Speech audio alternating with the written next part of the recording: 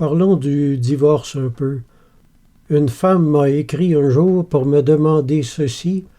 Une femme battue, est-ce qu'on lui demande de rester avec son mari et de vivre l'enfer au quotidien ou la violence morale qui tue également? Je retiens surtout, est-ce qu'on va lui demander de rester avec son mari? La vérité, c'est que, en cette matière, le ciel n'exige de personne quoi que ce soit, la Bible non plus. La Bible met de très beaux exemples de soumission devant nos yeux, et nous sommes tous exhortés à les suivre. Voir 1 Pierre, chapitre 3, versets 1 à 6.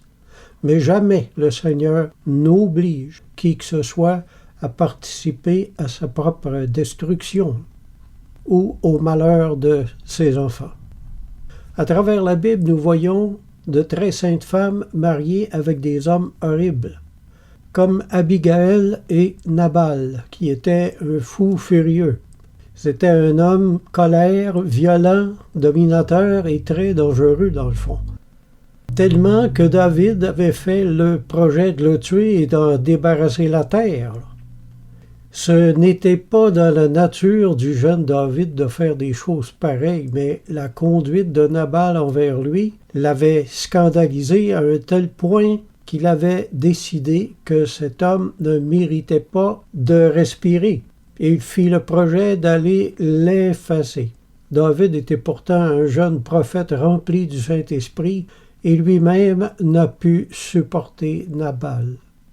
Quand David est arrivé sur les terres de Nabal, sa femme, Abigail, alla au-devant de David pour l'empêcher de commettre ce péché. Abigail n'avait pourtant qu'à laisser faire David pour être enfin délivré de cet homme violent-là.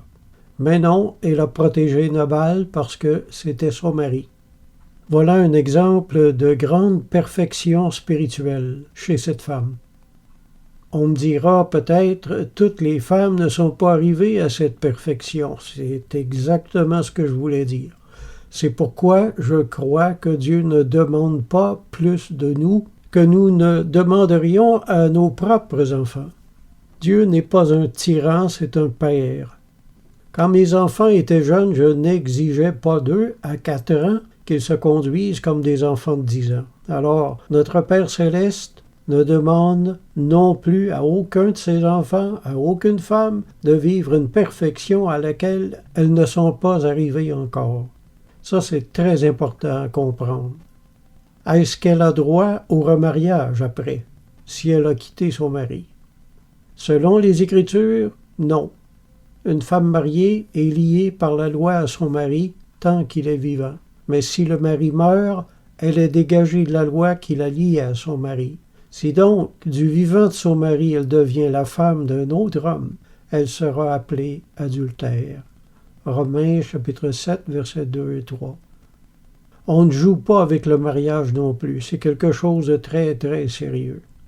Une croyante mariée à un homme qui la fait souffrir quotidiennement, qui en est arrivé au bout de ses forces et demande le divorce, ne doit pas être jugée sur le même standard qu'une autre femme, disons, qui est bien mariée ou moyennement bien mariée, mais divorcer avant d'être allé jusqu'au bout de notre sainteté est un péché, et le remariage est un double péché. Dieu l'interdit, Jésus l'interdit, Paul l'interdit, la Bible l'interdit. Lorsqu'une femme est allée jusqu'où sa spiritualité était capable d'aller et qu'elle demande le divorce, alors je dis que le Seigneur peut comprendre la situation.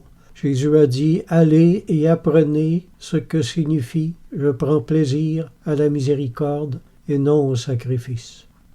Comprenons que notre Père aime ses enfants et n'éprouve pas de plaisir à voir l'une de ses petites filles aller au-delà de leur foi et au-delà de leur force. Cependant, je dis qu'elles auront peut-être perdu une magnifique occasion de grandir en sainteté. Il usera d'une grande rigueur à l'égard d'une femme égoïste, têtue, orgueilleuse et de caractère rebelle qui demande le divorce pour ses caprices. C'est un péché qui ne sera pas pardonné. faut être vraiment prudent avec cette histoire de divorce. Aujourd'hui, dans le milieu évangélique, moi j'y ai passé au-dessus de 30 ans, 30, 35 ans, les gens divorcent et se remarient entre eux autres. C'est quelque chose qu'on voit régulièrement.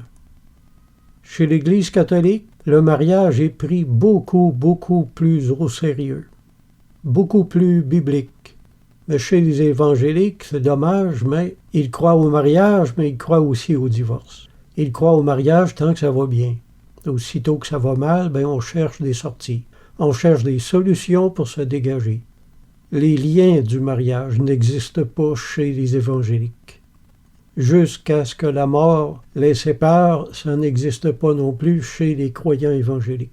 Un homme qui se trouve mal, une femme qui se trouve mal mariée, va se demander comment gagner l'approbation du pasteur pour un divorce. Il va commencer par une séparation. Ensuite, si le pasteur dit oui pour la séparation, qu'elle a réussi à le manipuler tant bien que mal, là, plus tard, elle va s'essayer pour le divorce, en finir. Puis si elle réussit à faire ça, elle va le manipuler encore pour avoir le droit de se remarier. Puis en fin de compte, le pasteur finit par faire divorcer des couples autant qu'il peut en marier. Heureusement, c'est pas comme ça que ça se passe chez les catholiques. Les gens se divorcent également, mais au moins on enseigne ce que c'est que les liens du mariage, puis l'on enseigne clairement que le mariage, c'est pour toute la vie, jusqu'à ce que la mort nous sépare. C'est tout.